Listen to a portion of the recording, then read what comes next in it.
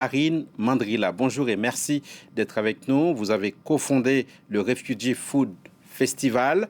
Quel est, pour commencer, le concept?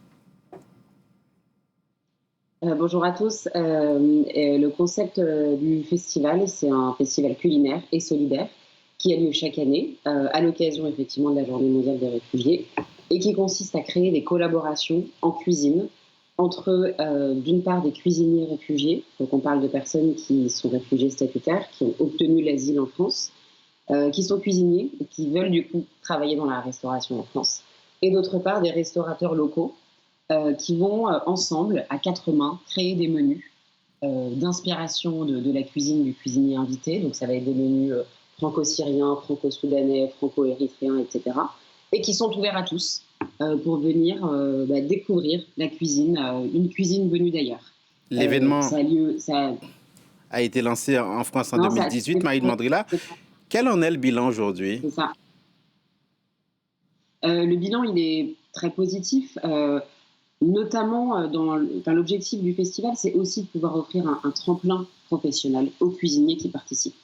C'est-à-dire que notre objectif, nous, après le festival, qui reste événementiel, c'est de pouvoir accompagner les différents cuisiniers qui participent dans leur insertion socio-professionnelle. Le Même festival si l'année a, dernière a été compliquée, parce que les restaurants étaient fermés, mais l'objectif, voilà, c'est aussi que ce soit un événement d'insertion professionnelle. le festival a aussi, si j'ai bien compris, une déclinaison pardon, internationale. Donc, il se déroule dans nombre de villes à l'extérieur de la France. Racontez-nous l'expérience.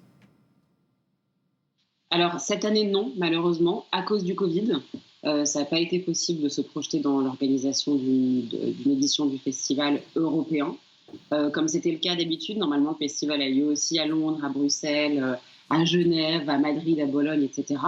En 2020 et en 2021, à nouveau, ça n'a pas été possible de le faire, mais on espère qu'en 2022, ce sera possible. Donc cette année, le festival, il a lieu à Paris, à Lille, à Lyon, à Marseille, à Strasbourg, à Rennes, à Nantes, à Dijon et à Montpellier pour la première année. Donc ça fait 10 villes françaises.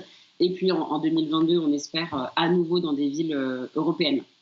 C'est un véritable Tour de France qui s'annonce. Qu'est-ce qui est prévu? À quoi est-ce qu'on aura droit? Qu'est-ce qu'on verra? Qu'est-ce qu'on mangera aussi?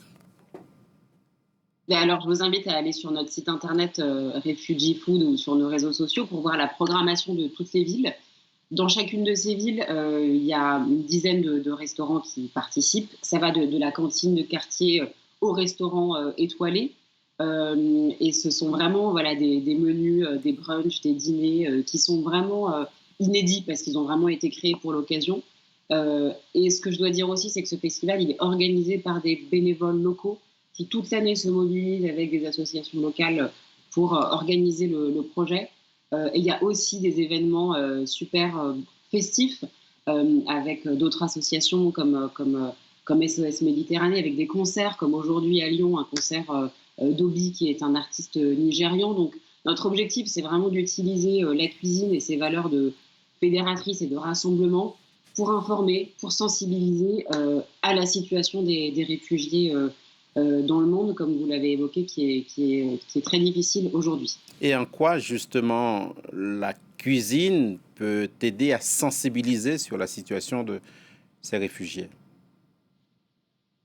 Mais nous, on pense que la cuisine, ça fait partie des seules choses qu'on partage tous et que c'est vraiment un point de rencontre assez neutre presque au final, qui permet de rencontrer l'autre, de rentrer un petit peu dans le monde de l'autre et de découvrir aussi des patrimoines culinaires et culturels.